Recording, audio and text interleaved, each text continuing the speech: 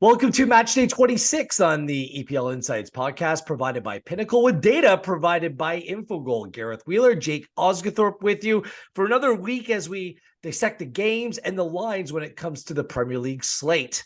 Match week 26, we're finally at a point where the two top teams at the table have played the exact same number of games, so we have a clear picture of that.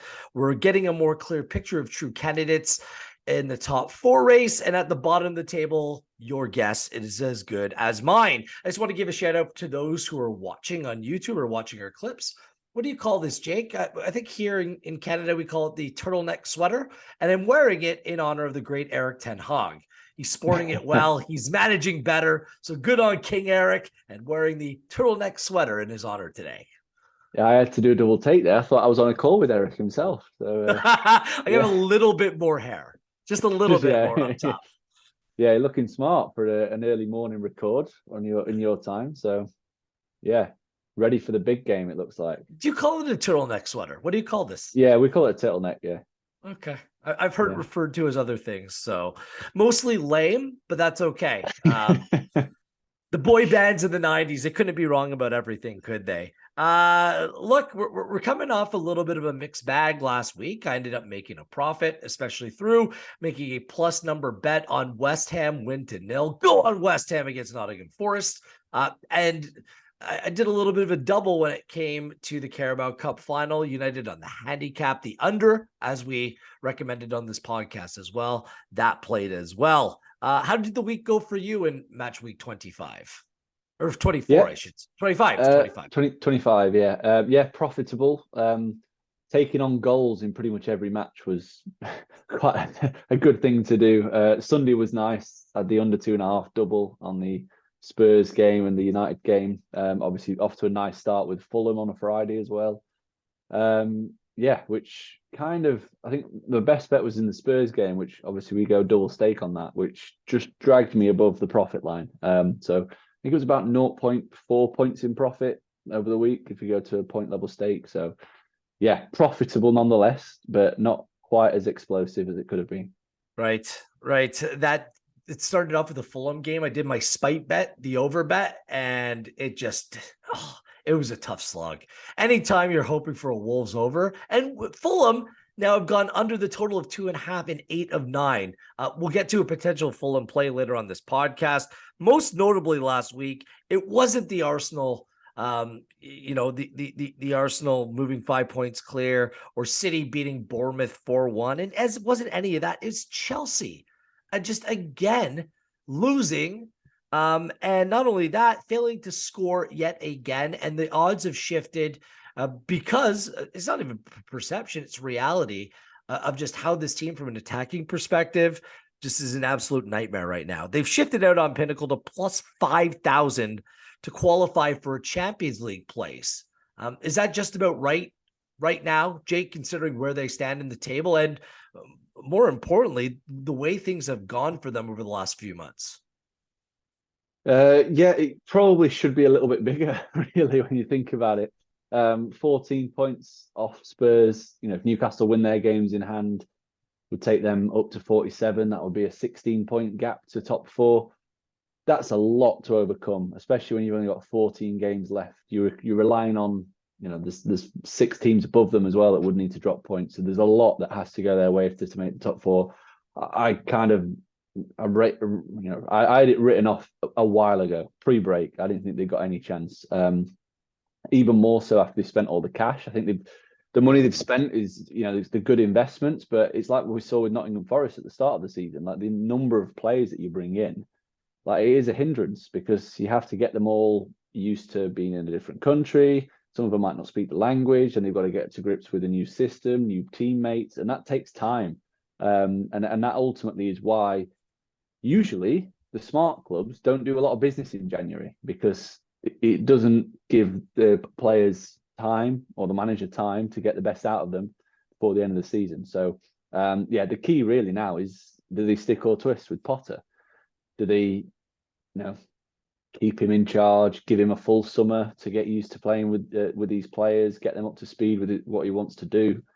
Or do they pull the trigger? Because ultimately it's going to be a massive failing season a campaign in which they've spent 600 million quid, and they're going to have nothing for it. No cups, they are still in the Champions League, but they are behind against Dortmund, and Dortmund are flying at the moment in the Bundesliga as well. So that's no gimme. They're not going to walk through that. And yeah, I mean, you look at the table, it's not unrealistic to finish in the bottom half. No.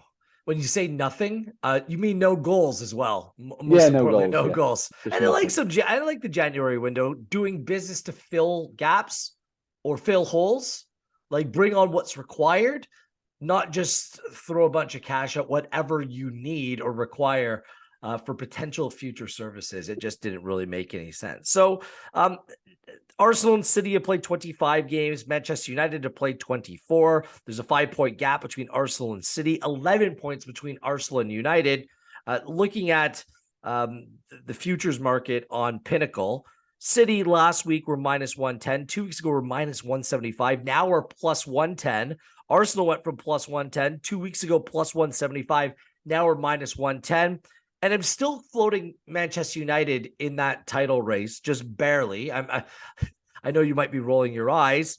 They went from plus 1,200 down to plus 1,800 and now settling in at a nice plus 1,399. Do you reckon it's a 3-horse race still, with one horse lagging a little bit behind the other two? And what do you make of the numbers presented? Yeah, I don't think it's a 3-horse race. Think I've been saying this for quite a while. The few factors really as to why I'm not really including United. Obviously, 11 points is a lot to make up. They would probably have to win out if that, and because I just can't see Arsenal dropping enough points for United to close that gap. I think I've spoken before about my issues with United travelling. I'm sure we'll get onto that ahead of this weekend's game as well. They haven't looked very smart away from home, even recently when results have been okay. And they've got some really tough away matches coming up. So that ultimately will define their kind of status as a top 4 team. They might even get dragged back in, because the other factor is the fixture schedule, which is just crammed to the brim. If they got to the final of every single competition, they would actually play more matches than any season in Manchester United's history, which would be simply ridiculous. Similar kind of what Liverpool did last season. They got to, was it 64 games in the end? And yeah, you're playing Thursday, Sunday, Thursday, Sunday, and ultimately that is going to catch up with you, because you are going to pick up a few niggly injuries. You are going to have players that do need to be rotated, and I think we'd both agree that the squad is getting there, but there's still quite a big drop off in certain places from a quality perspective if you are leaving out key players. Yet the magic of the turtleneck, do not underestimate it.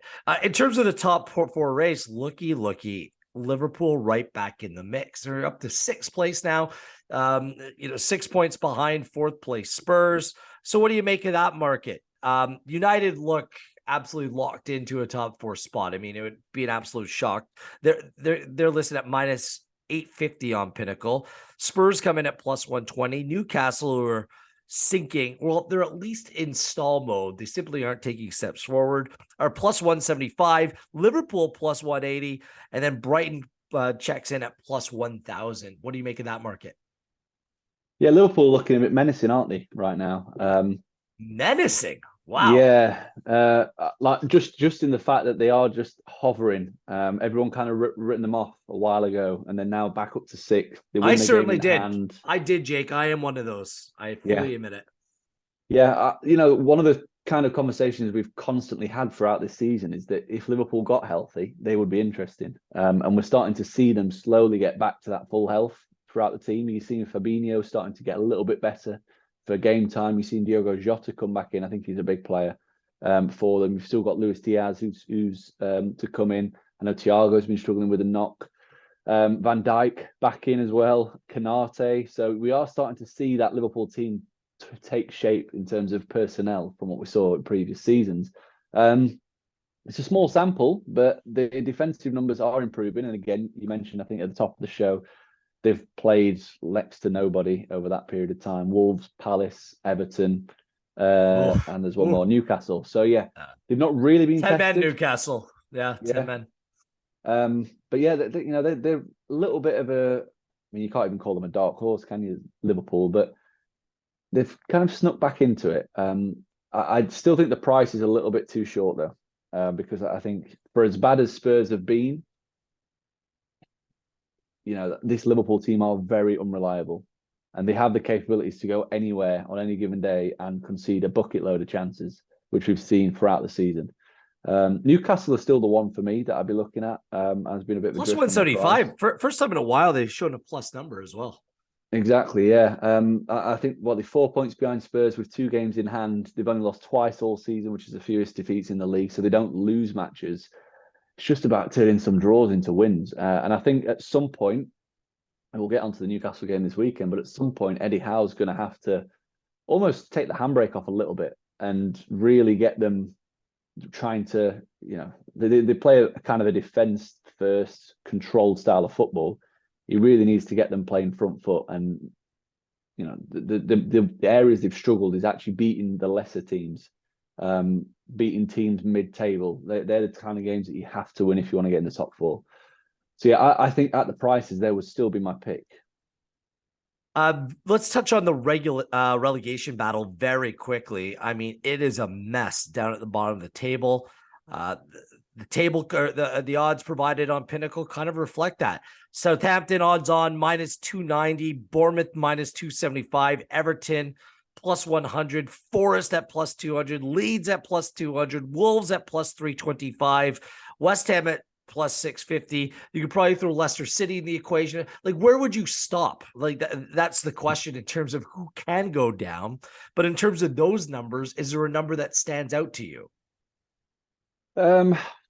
Yeah, it's probably a couple of numbers. I would personally stop at Crystal Palace. I think they're included. I've been saying for a while that they've been performing like a relegation candidate on the underlying numbers, especially since the restart.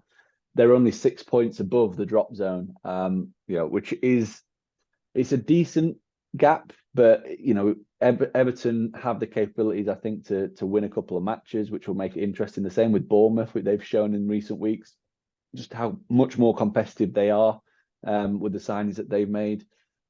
So yeah, I could see Palace being dragged into it and maybe making it almost what would that be, 8, 9 teams. Obviously, it'll gradually thins out as we go on into the season.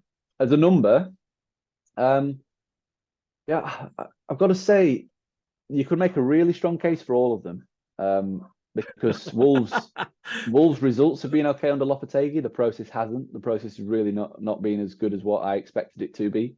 I do think they'll have enough quality to pull through. Leeds are interesting. Their process was steady under Marsh, and Grassi has come in and seems to have kind of, it's one game, we've got a small sample size, but they look to be in a position where they could get themselves out. I wouldn't be surprised if the bottom 3 stays as it is, to be honest.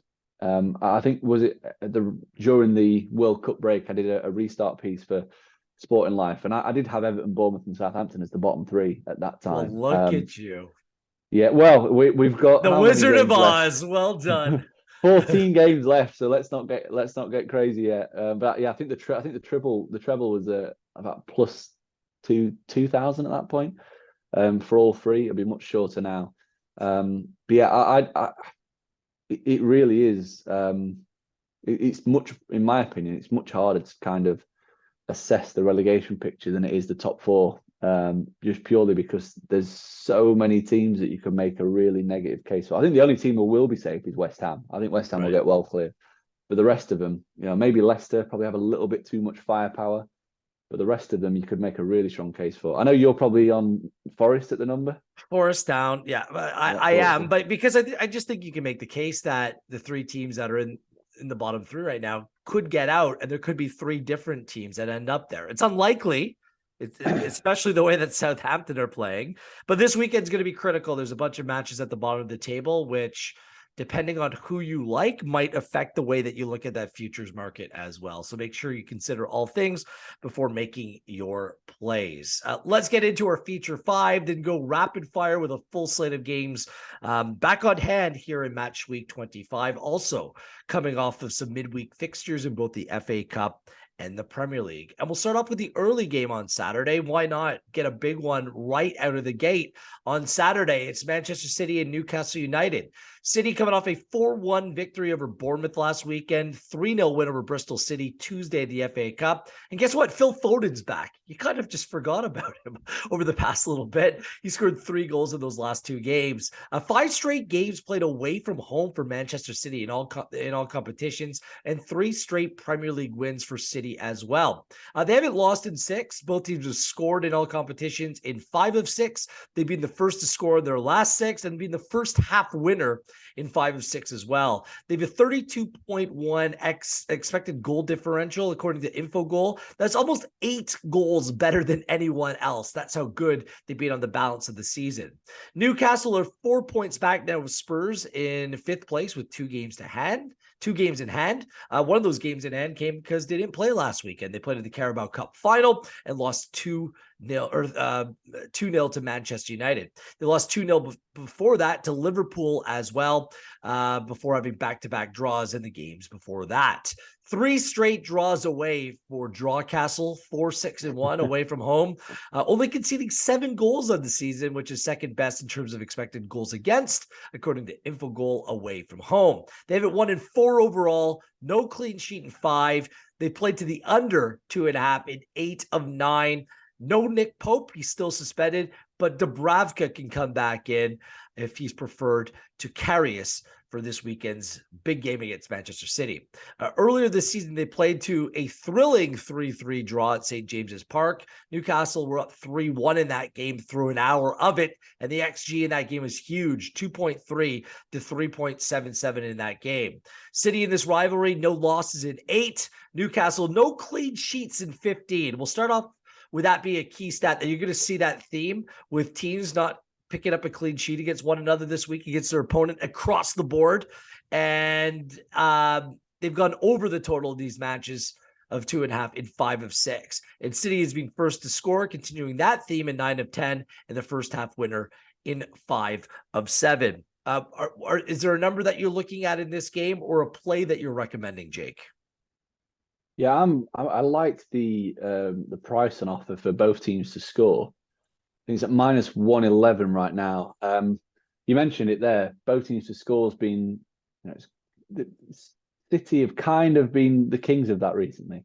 They've conceded in so many matches, 9 of 11 since the restart, 3 of 4 at the Etihad. Both teams to score has actually landed in 64% of City home matches this season. So they are far from solid at the back, which we kind of already know.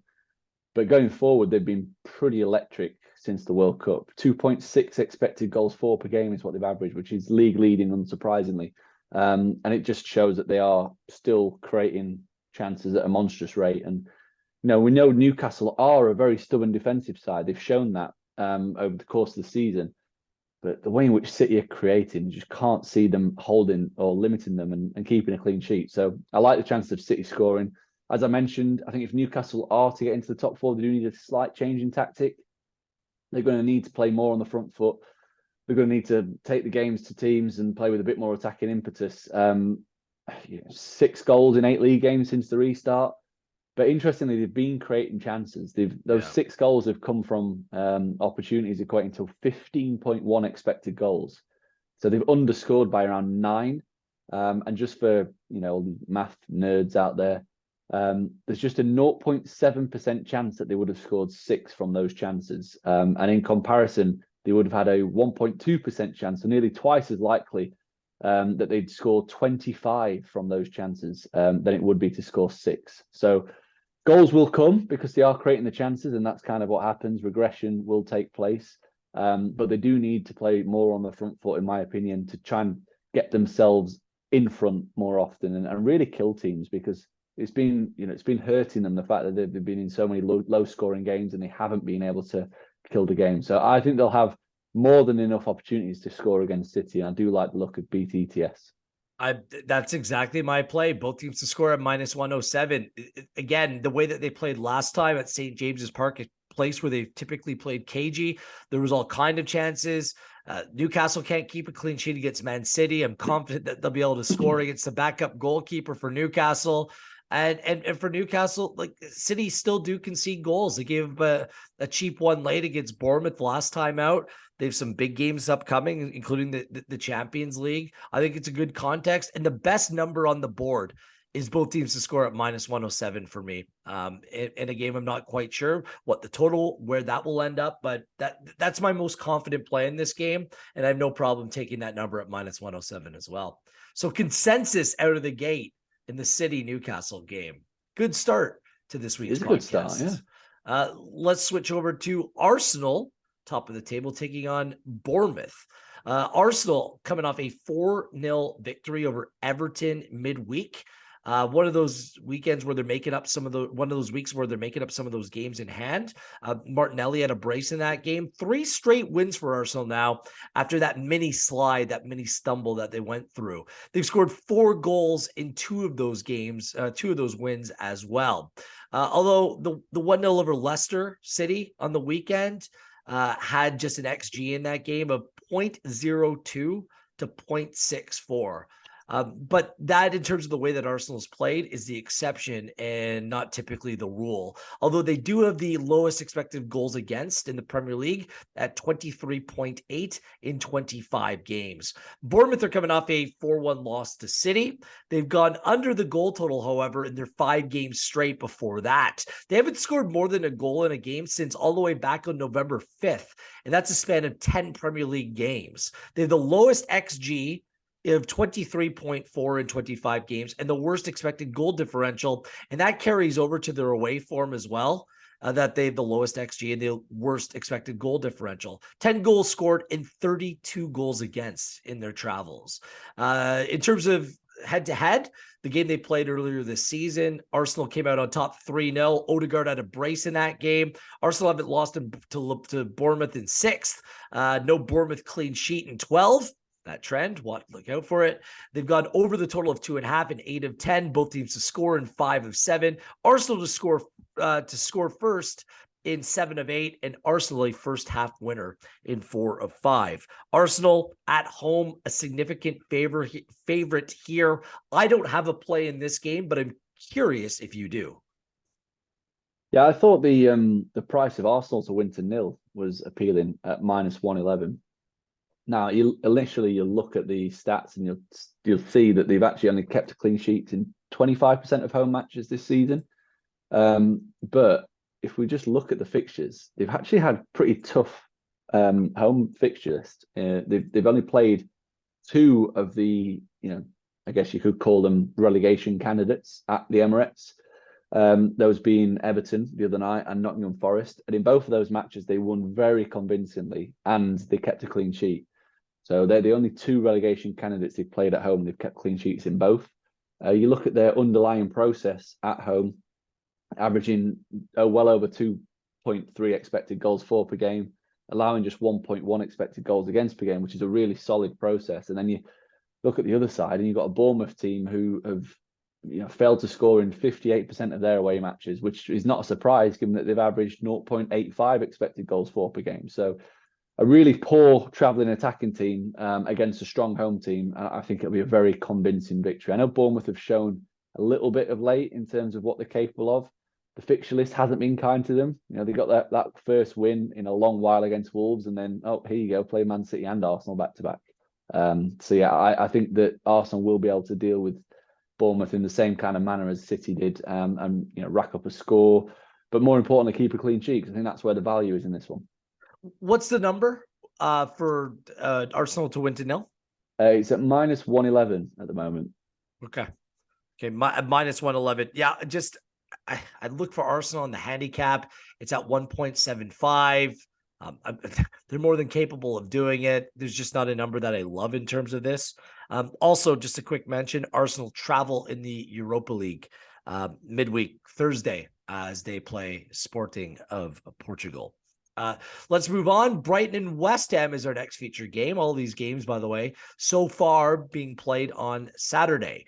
Brighton coming off a 1-0 loss to Fulham 2 weeks ago and had a 1-0 victory on Tuesday in the FA Cup over Stoke City. Their game was postponed last weekend, so it's been a while since they played in the Premier League. And perhaps De Zerbi gives them some time to get this team from an attacking perspective back on track, because they've scored just 3 goals over their last 4 games and have actually played to the under 2.5 in 4 of 5, but they've gone over in terms of their own XG, gone over the total of 2 XG in each and every one of their last 3 Premier League games. So they're just not putting the ball in the back of the net.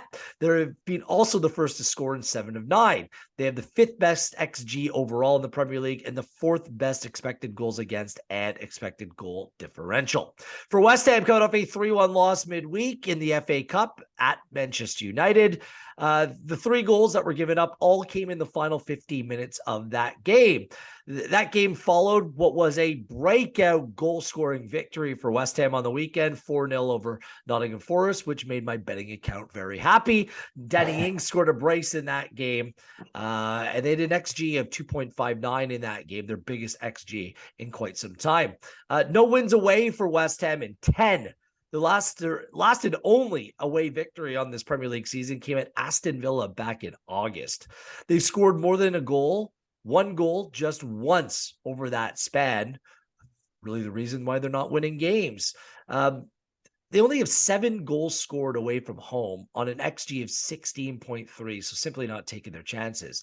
They played to under the 2.5 total in 7 of their last 9 games. They have Conference League games upcoming this week. Just to note, Fabianski is out with a fractured cheekbone. Head-to-head, Brighton won this matchup 2-0 earlier this season, and they haven't lost in their last 11 to West Ham. No clean sheet for West Ham in their last 9 games against Brighton, and both teams to score is played in 7 of 9. Hence why I like both teams to score in this game at -112. Do you want to follow suit with that play?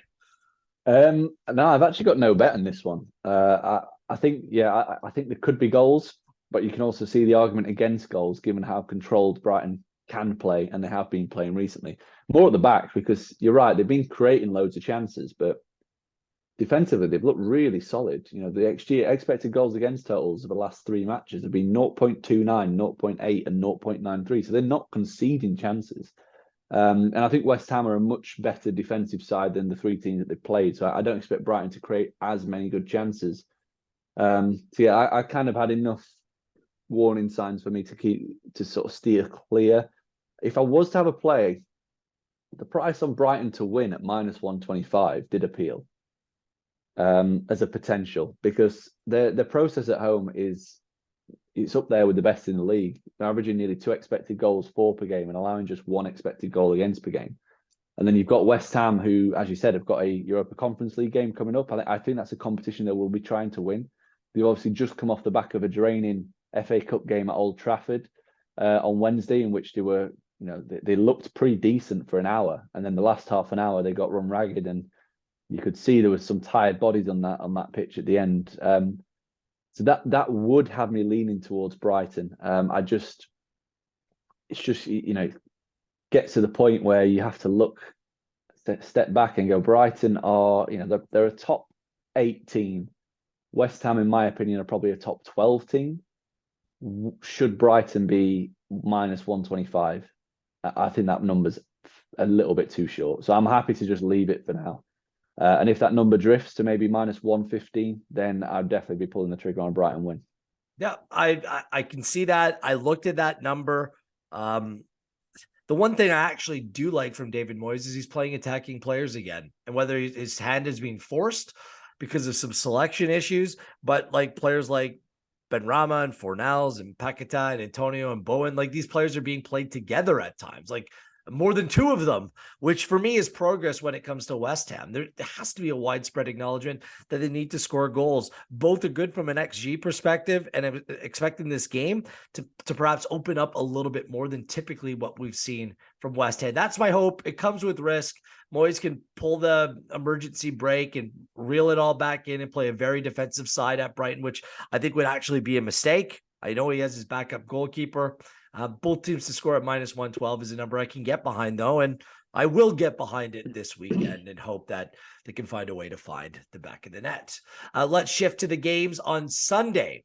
Nottingham Forest and Everton. Forest are 13th place in the table, but just 4 points above the drop at that position, and that means they're 4 points better than their opponent this weekend in Everton. They lost 4-0 away from home to West Ham last weekend, but this is the thing. playing at home is a different story for Nottingham Forest altogether, a place where they're undefeated in 8, including a win over Liverpool over that span and draws against Manchester City and Chelsea. They're 5-4-3 at home overall, with 15 goals scored and 13 against. Overall, they haven't won a game in their last 3, no clean sheet in 3. They've gone under the 2.5 total in 4 of 5, first to concede in 6 of 7. Bully, McKenna, Aurorier, all across the back line are still out, but this team has a small army of number of options to use based upon them delving in the transfer window, dipping their foot right in. Everton were smashed by Arsenal 4-0 midweek. They lost 2-0 at home to Aston Villa before that. And still no Calvert-Lewin in the team, which remains a big loss. We'll see if he can make his way and be available to play this weekend, which would substantially improve their chances. They've gone under the 2.5 total, largely because of that, in 5 of their last 6. 1-4-7 away from home, just 6 goals scored, 20 against. The only team with fewer away goals scored is their opponent this weekend in Nottingham Forest. They have a tough stretch of games after this one. Brentford, Chelsea away, Spurs, United away, and then Fulham ahead. Yikes. Which puts more priority on coming away with something in a game like this. They played to a 1-1 draw earlier this season. Both goals in that game were scored in the last 10 minutes. And in this head-to-head, they've gone under the 2.5 total in their last 5 games. What do you make of this? It's really a critical game for both sides. Nottingham Forest to get some breathing room, and Everton to draw more teams back into the relegation mix. Yeah, I think it says it all that the goal line on Pinnacle set at 2, and then really not expecting a high. That was the first thing I looked at. I was like, yikes.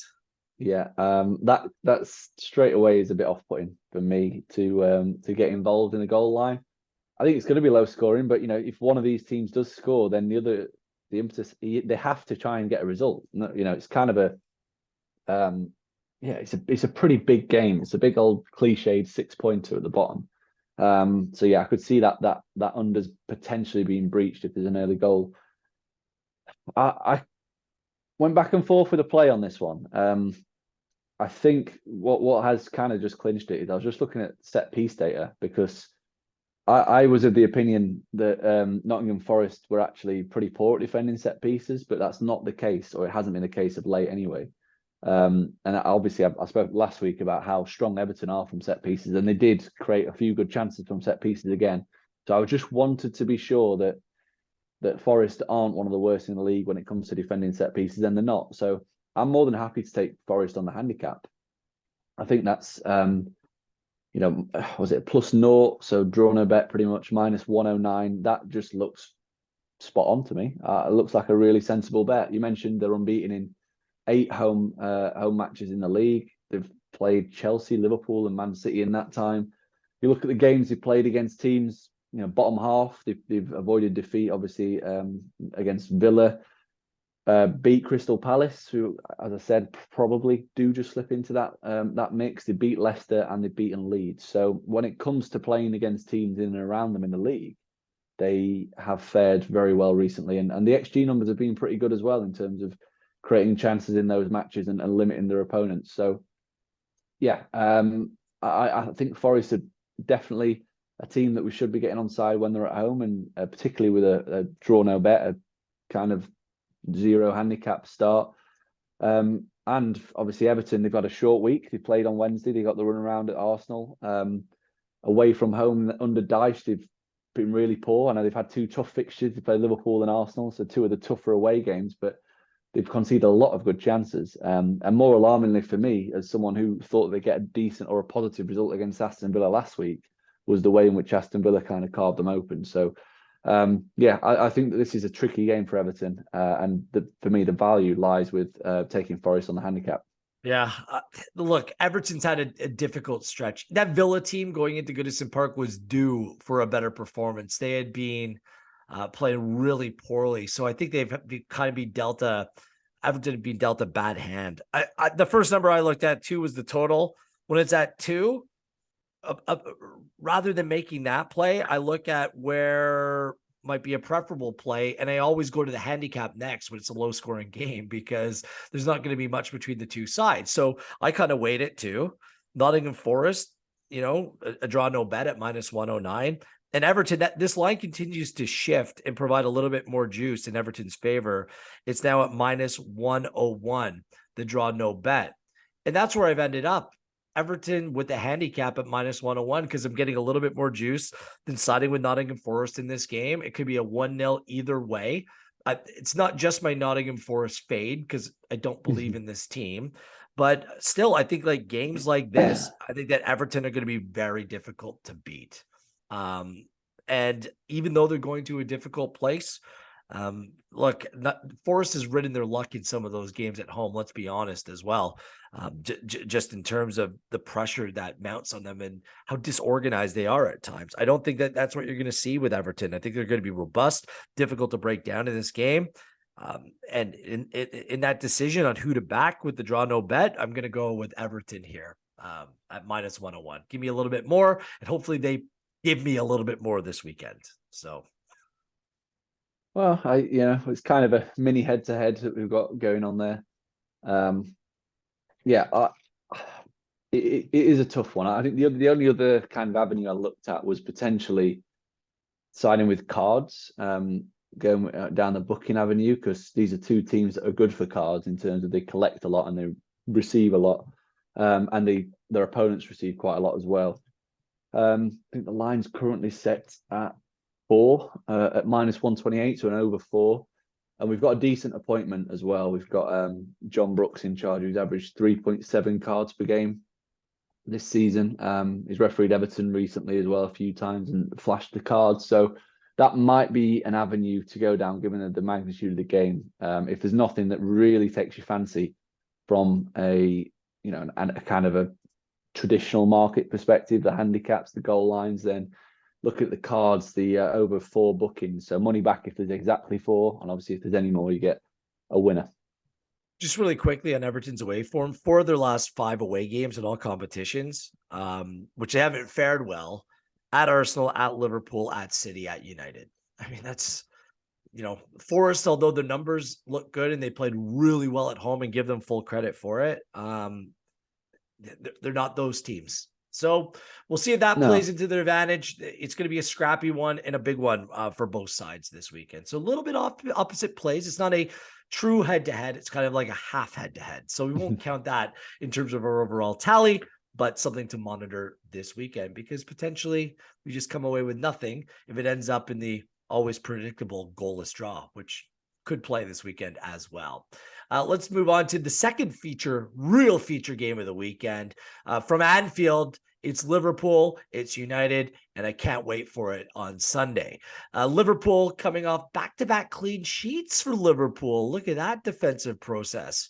Or is it rather the teams they played against? A 2-0 win over Wolves midweek after a goalless draw at home against Crystal Palace on the weekend. They've actually kept a clean sheet in 4 of 5 overall. The one exception was the 5-0 thrashing at the hands of Real Madrid. They've played to the under 2.5 in 4 of 5, and they've been the first to score in 4 of 5 as well. They're up to 6th place in the table, just 6 points behind Spurs with the game in hand. They're 8-3-1 on the season at home, 27 goals for and 9 against, and haven't given up a goal at home in their last 3 games. And even better news for Liverpool is Konaté's come back into the team, and him and Van Dijk look like a very solid partnership there at center back. For Manchester United, no Premier League game for 2 weeks, but over that span, a win over Barcelona, a win in the Carabao Cup, a win over West Ham in the FA Cup, and United are absolutely flying right now. A 3-0 win over Leicester City last time out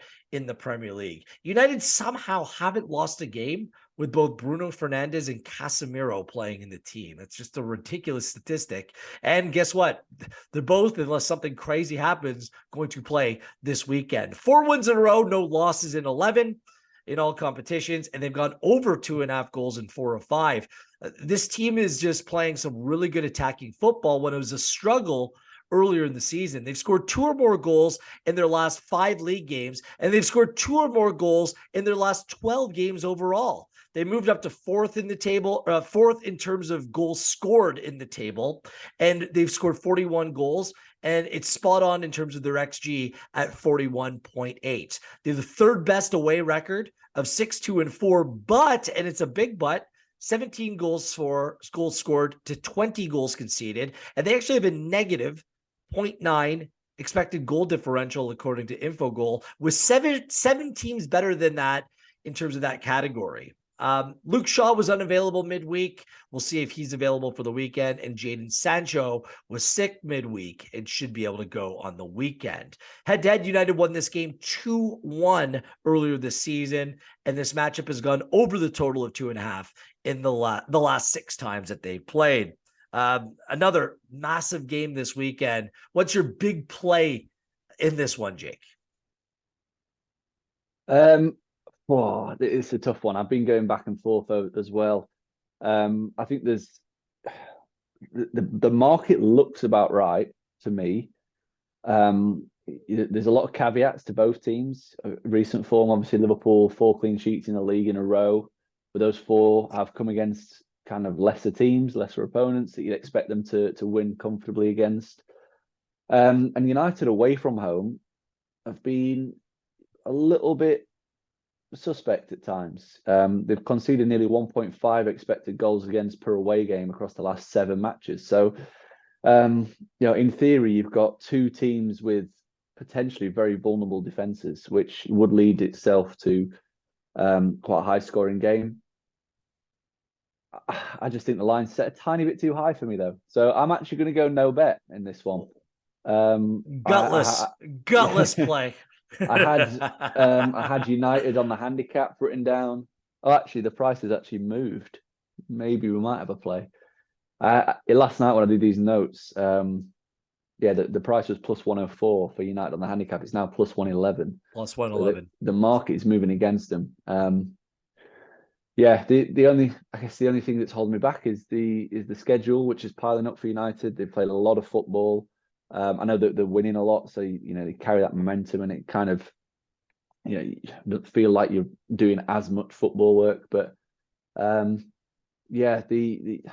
midweek games, both of them played. But all right, I'm going to go United on the handicap plus 111. I think that momentum that they've got that kind of grit, that determination. They've got those kind of intangibles that you're starting to see now regularly. That winning mentality. They've got, in my opinion, probably a slightly stronger spine at the moment than what Liverpool have, which I think is really important in these kind of big games. I could see it being quite a high-scoring game. I think there's vulnerabilities of both defensive back lines. I think taking United on the handicap at that price, plus 111, money back if it ends in a draw, which I could see happening, then I think I'm gonna stick with that. I think that they are the slightly better team right now, and you're getting a plus number on draw no bet. You're nodding, so I guess you got the same. No, I can't believe my peer pressure worked on you. Was it because I called you gutless? No, it was more the price change. I wasn't expecting it to have shifted based off the fact that Liverpool beat Wolves. So, I've been making a profit on United for quite some time, backing this team because I believed in them when I think a lot of people still had questions. Slightly better than Liverpool right now. Come on. Look, I'll say this. If Liverpool go out and come away with a result in a game like this, I think they're finishing top 4. But this recent run of form where they've been undefeated in their last 4 in the Premier League, Everton, bottom of the table. Newcastle, you played 70 minutes. I know you were 2 goals up, but then you were a man up for the better part of 70 minutes. Looked horrible playing Palace in a goalless draw on the weekend. And Wolves looked hopeless against them in a 2-0 win. Like, they haven't been playing very good teams, especially teams that can go and expose their defensive frailties as well. And United are the healthiest they've been. I know that Eriksen's out and, Martial can't get fit, but I mean, this team has requisite depth right now, and there's like a swagger and confidence in the group. They're able to rotate their center backs. So it's going to be Varane and Martinez coming in at center back on the weekend. They're rotating at right back. They're rotating in the midfield now. It just seems Rashford didn't start midweek. So United on the handicap at plus 111. It's a no doubt play for me. Also, I documented United are scoring goals like every game they play. Like they've scored more than 2 goals in the last 5 league games, and they've scored 2 or more goals in the last 12 overall. So give me United to score more than 1.5 goals at plus 119. 2 plays in this game, both at a plus number, both siding with Manchester United. Let's go, Jake. Those are my 2 plays in this game. So, because I can see this game being high scoring as well. So, yeah, for sure. Yeah, well, I mean, one thing that we've consistently said is that Liverpool do score goals. That's kind of, they create chances, they score goals. They're at home in this match, which, if you'd have said at the start of the season, you'd get plus 146 for Liverpool at home to Man United, it would have been, wow, just take all my money. But, right now that price feels a little bit right. The way in which these 2 teams are kind of playing. And I think that price does suggest that if these 2 were to play at a neutral venue in a cup final, then it would be very close to a pick'em, if not slightly in Man United's favour. Right. I mean, in recent years, you'd see teams go to Anfield. United teams go to Anfield, whether it's under Mourinho or Solskjaer or whoever, and they go there and they play in a gutless way. They wouldn't go out and play football. United don't have a manager like that now. Like they're going to Liverpool to win that game. They're not going there to pick up a point. They're going for the full 3 points. They're going to play attacking football. This is United's DNA right now. And a team like that going to Anfield playing against a Liverpool where their strength relies in chance creation, maybe not finishing, but certainly chance creation. I like the prospect for goals in this game. But I'm going to stick with the 2 United plays in this one. So let's go to the remaining 5 games of the week. Chelsea, Leeds United. Chelsea, talk about a team. Get all these zeros here. No, they haven't lost in 3, but they haven't won in 6. No goals in their last 3 games. No clean sheet in their last 4. Does that mean no hope? I mean, they've got under the total of 2.5 in 7 of 7. They've 1 goal scored in their last 6 games, and their XG last week at Spurs 0.38. And now Thiago Silva's out, and they play Dortmund on Tuesday. Meaning, maybe the only good news is that they play Leeds United, a team who scrapped their way to beat Southampton last week, then followed that up with a thud in the FA Cup, a 2-0 loss to Fulham. I have a play in this game. Do you? I do, yeah. It's a rinse and repeat job from the last 24 weeks or however long Potter's been in charge. Under 2.5 goals. Day. Potter's Bill Murray in Groundhog Day, isn't he? Yeah, the unders just looks too big again at minus 103. How many times do we have to say it that this team just aren't converting chances? But at the same time, they are creating chances, not converting them. Defensively, they look really strong. So that has to be put into has to be taken into account when looking at an unders bet. The last, they've conceded just 8 times in 10 matches, 0.96 expected goals against per game. And obviously in attack, I think they scored just 6 times in 10. Actually, similar figures to Newcastle. 6 goals from 15 expected goals. So they've also been extremely unlucky with a really cold finishing streak, not to have scored more and obviously picked up more points. But yeah, when you factor all that in, it's no surprise that under 2.5 landed in 9 of 10 since the restart. Leeds, they looked more controlled under Javi Gracia against Southampton. I know it's only Southampton, but it's a good sign moving forward anyway. But yeah, even before he came in, creating chances was a problem. They'd averaged just 1 expected goal for per game across the last 6 matches. So I think that Leeds will struggle to score and create chances against Chelsea. Likewise, Chelsea, that even though they're underscoring and they've actually been unfortunate, they're still averaging just 1.5 expected goals for per game. So that's well down on the kind of United, City's, Arsenal's, and what we're seeing those put up. I keep on telling myself Chelsea's due for a breakout game. Prove it to me. Under 2.5 at minus 103. Keeping my fingers crossed there's in like a Melier gaff or Leeds just shipping goals. Leeds, by the way, beat Chelsea 3-0 at Ellen Road in this fixture earlier this season. And they have gone over the total. I just hope that we're not bitten on this one because we're aligned. Under 2.5 seems a good number to me at minus 103. Curious to see where that number ends up on Pinnacle by kickoff. Aston Villa and Palace. Do you have a play here, Jake? Yeah, I think Villa are overpriced. We've seen them recently go off much shorter against better teams than Palace or teams that I'd rate higher than Palace. So yeah, plus 105 looks big. The record under Emery is really good. 1-6, drawn 1, lost 4. The defeats have actually come against Liverpool, Leicester, City, and Arsenal. So they've played 3 of the best attacking teams in the league, according to the expected goals. And then the game against Leicester, which was a little bit of an outlier, they conceded 4 goals, lost that game due to individual errors. And that's not something that happens every single week. So generally, when high-class attacking sides play Unai Emery's Villa, they wipe the floor with them, win comfortably. But yeah, they've been very good against the kind of non-top 3 sides. 1.4 expected goals for per game is what they've averaged. So when they're playing against mid-ranking sides, they are generally better than that. And then, yeah, I know you've got Draw Castle. I've got Chris Draw Palace, who've drawn 5 of the last 6. They've only won once since the restart, which was at Bournemouth. They've lost the XG battle in 9 of 10. They've averaged just 0.95 expected goals for per game, allowed 1.81. I keep banging the drum that Crystal Palace are performing like a relegation candidate. And, you know, if this was Southampton away at Villa, if this was Everton away at Villa, if this was Bournemouth away at Villa, Villa would be in a minus number. So, yeah, I'm quite happy to get Villa. Palace have won just twice away all season long as well. So, yeah, I think this Villa number is a little bit big. We are aligned. I underlined it. Villa plus 105. There's some real value there. Palace haven't won in 9, and head-to-head, Villa have been the first to score in their last 6 games against Crystal Palace. If they do it this time and score the first goal, I think it could get ugly. I think they could put multiple goals past Crystal Palace here. I like the play. Might be my favorite play of the week. Might be. It's in contention right there, but we're aligned as well. Let's move on. Wolves and Spurs. Wolves lost 2-0 midweek at Liverpool. Spurs lost midweek at Sheffield United in the FA Cup. You had your eyes on that match.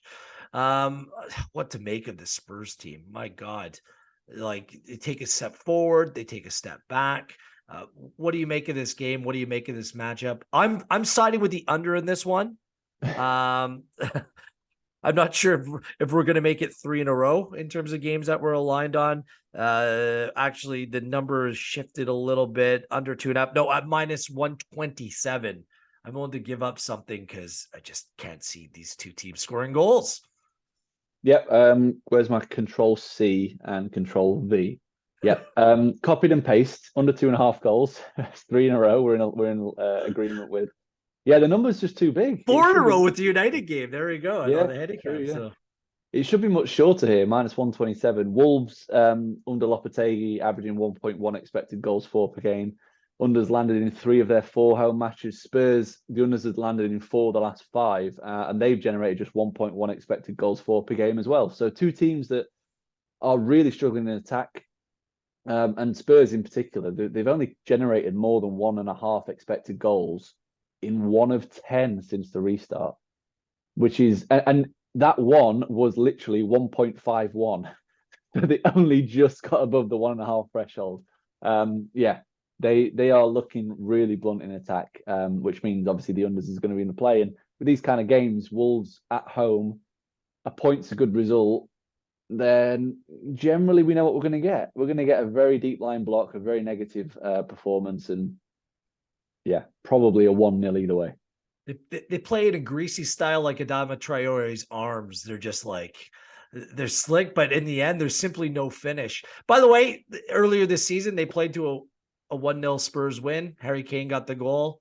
They've gone under 5 of the last 6 times that they played. I can see another 1-0 playing out this weekend one way or the other. The under is the obvious play for me in this game.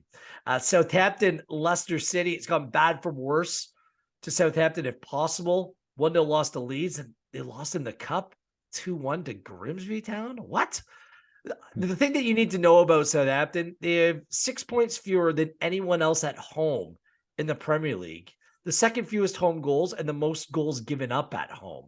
Like, just their home form is dreadful. Leicester City are winless in 3, but in fairness, you know, they played United, Arsenal, but then they lost to Blackburn in the FA Cup. Tielemans is out for 6 weeks, but it looks like Maddison will be back after he's been out through illness. I actually have 2 plays in this game. What is going on here? Do you have anything? I've got nothing. No, so I'll leave the floor to you. Over 2.5 at -101, unless that line moved. Southampton can score goals, but they ship them as well. They played to a 2-1 earlier this season. Southampton, no clean sheets against Leicester City in 9. Leicester City, no clean sheets against Southampton in 4. Both teams are dreadful defensively, but they can score goals. And I also like, I had the one play. I was considering playing both teams to score and over 2.5 at +142. I'm not sure I'm going to go that far, but I'm just going to go over 2.5 at -101.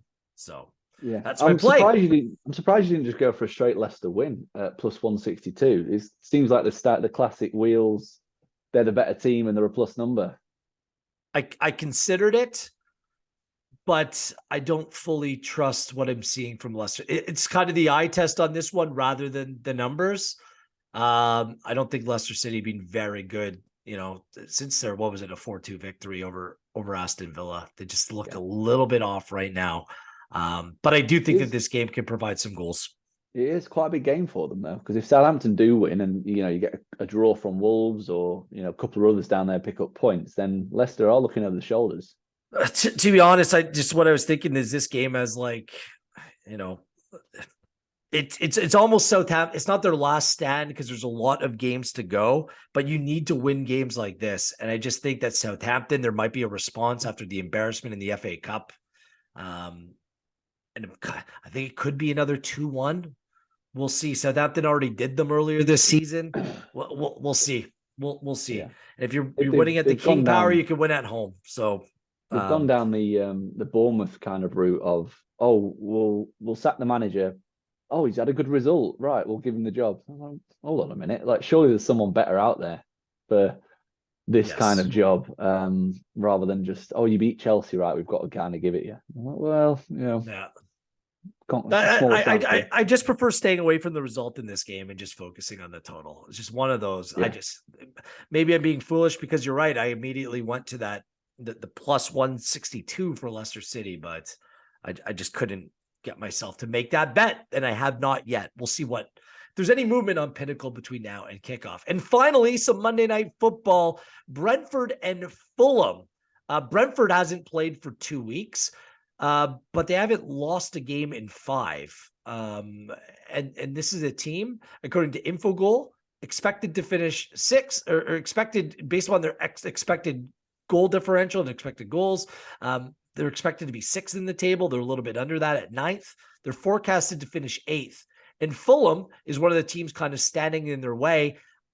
I need to make note of this because it plays into the play I'm going to make. And I actually do have 2 plays in this game. Palhinha is out, suspended. He's picked up 10 cautions. He's suspended for the 2nd time this season.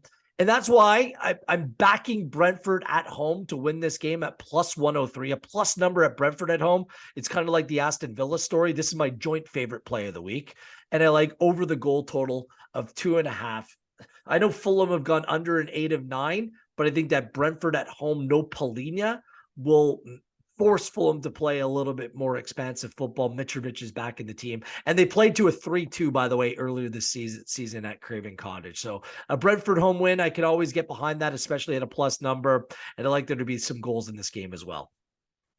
Yep, same for me. Brentford win. Unbeaten in 11 league games, which is a very long time. And yeah, they've won the XG battle in 8 of those. So the results have been kind of, deserved.